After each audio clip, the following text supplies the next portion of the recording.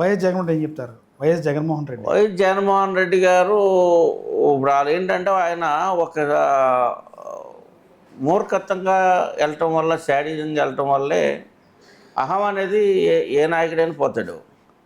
అహంతోనే ఆయన దెబ్బతిన్నాడు. ఆయన కూడా ప్రజలకి చేయాలన్నటువంటి ఉంది.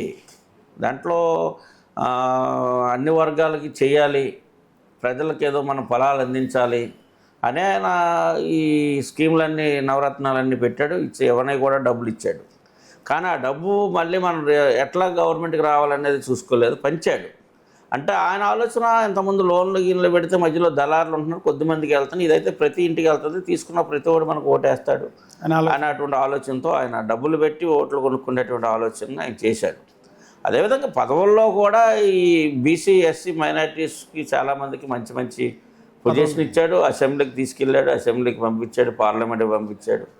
ఆయనేమి ప్రజలు ఆయన ఒక విధానాలు దెబ్బతీస్తే తప్పించి ప్రజల పట్ల వ్యతిరేకం కాదు.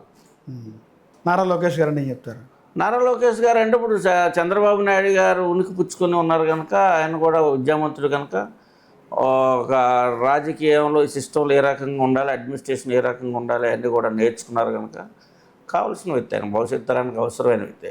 ఎందుకంటే రాజకీయాలు అందరూ వచ్చి చేయలేరు, అవకాశం రాదు చేయడానికి, వచ్చినా చేయలేరు. వాళ్ళు కూడా ఎన్నో ఈ ఇద్దట్లో మన మాటలు చెప్పడం తేలిక, దాంట్లో ఉంటే చాలా కష్టాలు ఉంటాయి.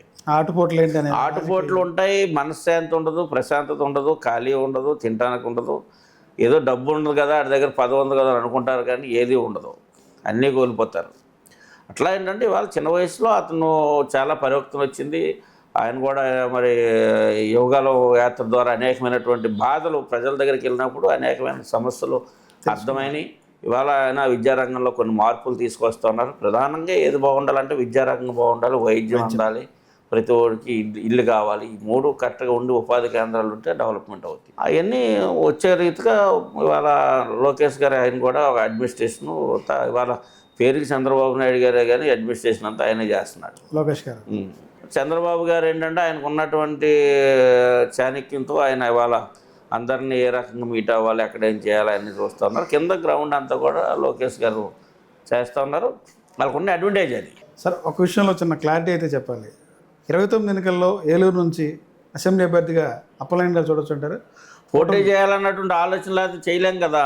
పోటీ చేయాలనుకుంటున్నాం, పోటీ మొన్నే అవుద్ది అనుకున్నాం, తీరా దగ్గరికి వచ్చిన తర్వాత కూటమిలో సీట్లు తగ్గటం వల్ల పోయింది. ఆ లిస్టులో కూడా దగ్గర వరకు వచ్చాం కానీ పోయింది. 29లోనే వెళ్ళాలనేది మేము కూడా ఏంటంటే ఏదో జనసేన పార్టీ అభ్యర్థిగా వెళ్ళాలి, మొన్ననే ట్రయాంగిల్ అయితే నేను ఏలూరులో గెలిచేవాడిని. నాకు ఆ బలం ఉంది.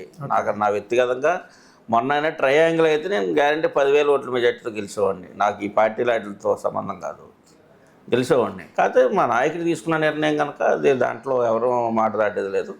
29లో అవకాశం వస్తుంది అనుకుంటున్నాం. వస్తే గ్యారంటీ గెలుస్తాం. ఎదురుగాలిలో గెలుస్తాను నేను, మామూలు గాలిలో గెలవను, ఎదురుగాలిలోనే గెలవాలి. థ్రిల్ అది. అంతేగాని పార్టీ గాలి, ప్రభుత్వం గాలిలో గెలిస్తే అది పెద్ద విషయమేం కాదు. అది ఎదురుగాలిలో కష్టపడి గెలవాలి. గెలుస్తామని నమ్మకం ఉంది. తర్వాత దేవుడు అనుగ్రహం, పవన్ కళ్యాణ్ గారి అనుగ్రహం.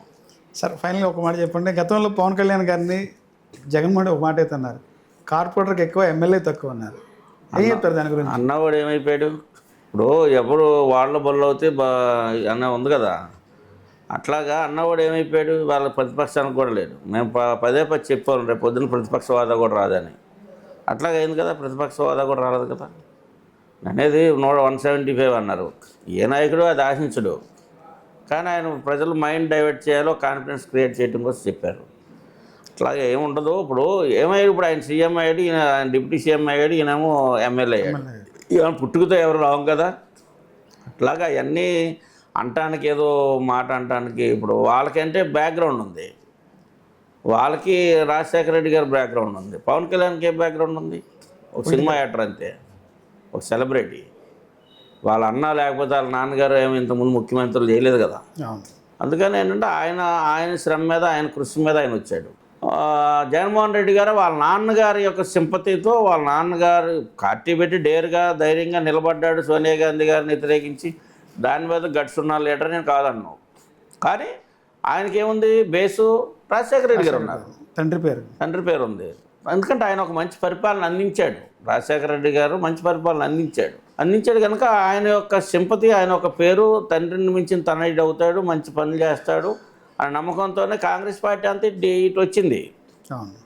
ఇవాళ పవన్ కళ్యాణ్ గారు కొత్తగా నూనె మీసాలు ఉన్నటువంటి వాళ్ళందరినీ ఏరుకొని ఆయన అభిమానులు దీంట్లోకి తీసుకొస్తా ఉన్నాడు.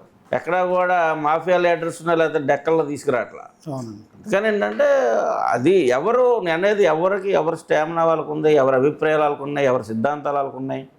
ఆ సిద్ధాంతాలని, వాళ్ళ అభిప్రాయాల్ని, వాళ్ళ యొక్క పని విధానాన్ని, వాళ్ళ మనసుని ప్రజలు ఎప్పుడైతే స్వీకరిస్తారో వాళ్ళు అవుతారు గ్యారంటీ.